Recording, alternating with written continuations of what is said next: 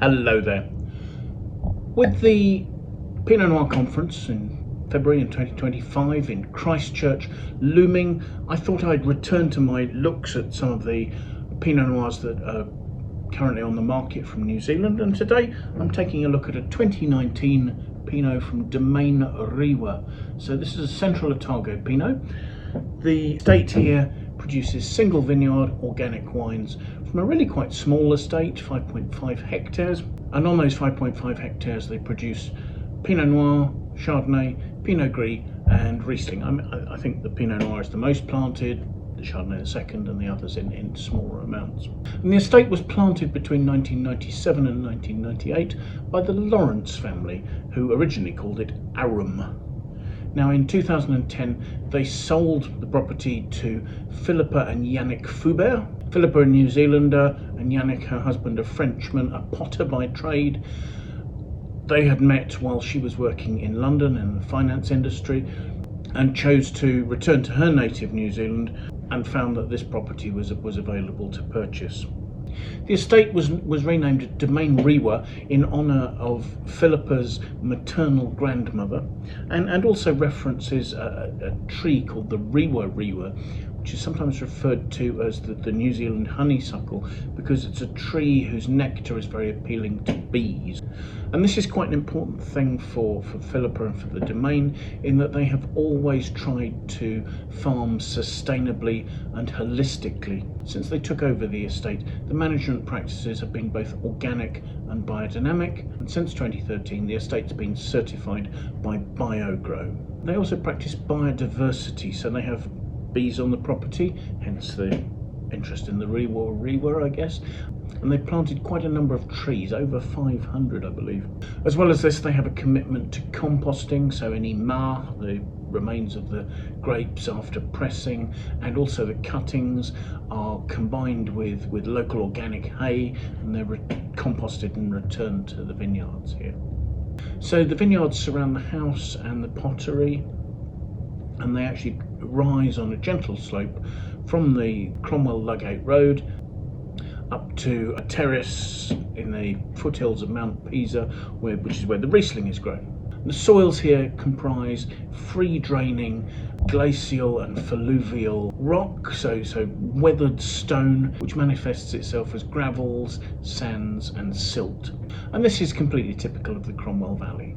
For Pinot Noir they have 4 clones planted. They've got Davis clone 5, and then the rest are Dijon clones 113, 115 and 777. I'm told the Pinot Noir for the 2019 vintage was just taken from vines that were clone 5 and clone 13. So I don't know if perhaps the other 2 clones failed to ripen, possibly they went into a rosé.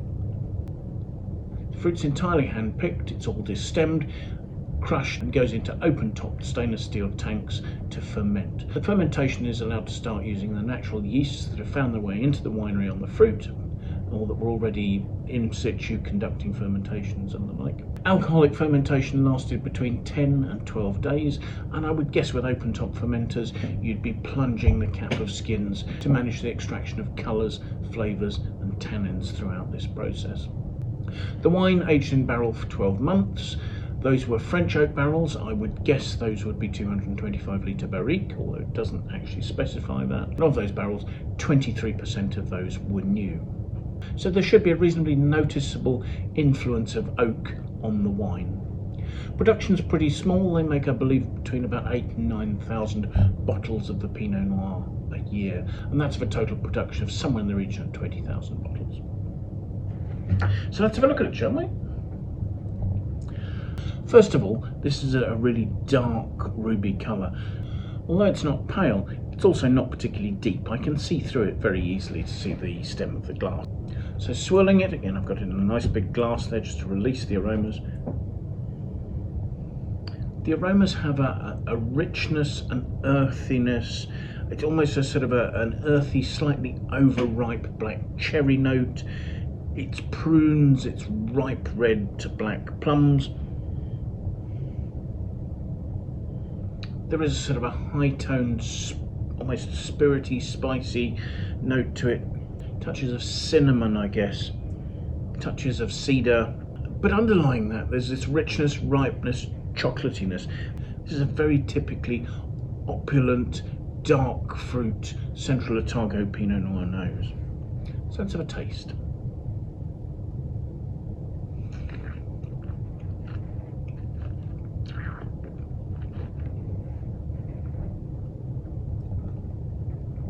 The palate is actually more savoury than I was expecting, given the richness and the ripeness of the nose. There's a fair amount of that sort of spicy cinnamon, almost peppery grip on the front palate. There's a little bit of sort of drying note, the cedar shows.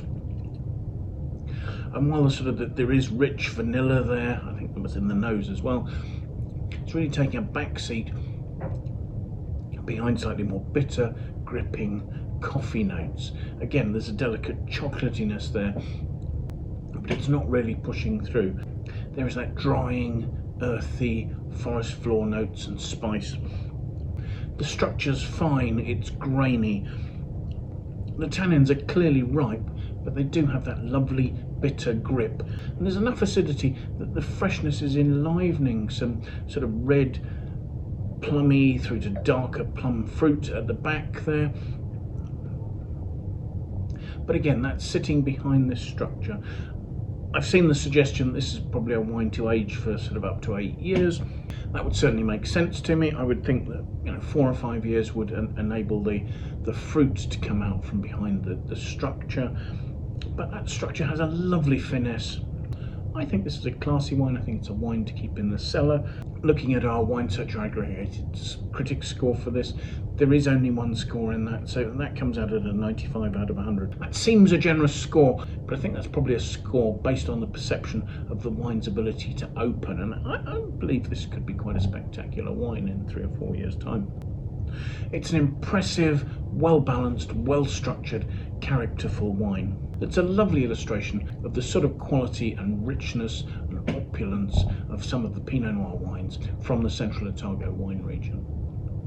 Thank you so much for watching. I do hope you found the video of interest. If you've enjoyed it, it would be fantastic if you'd press the like button. Do also please feel free to share your views in the comments box below. We'd love to hear what you think about the wines we're looking at, the tastings we're doing, or anything else that relates to that.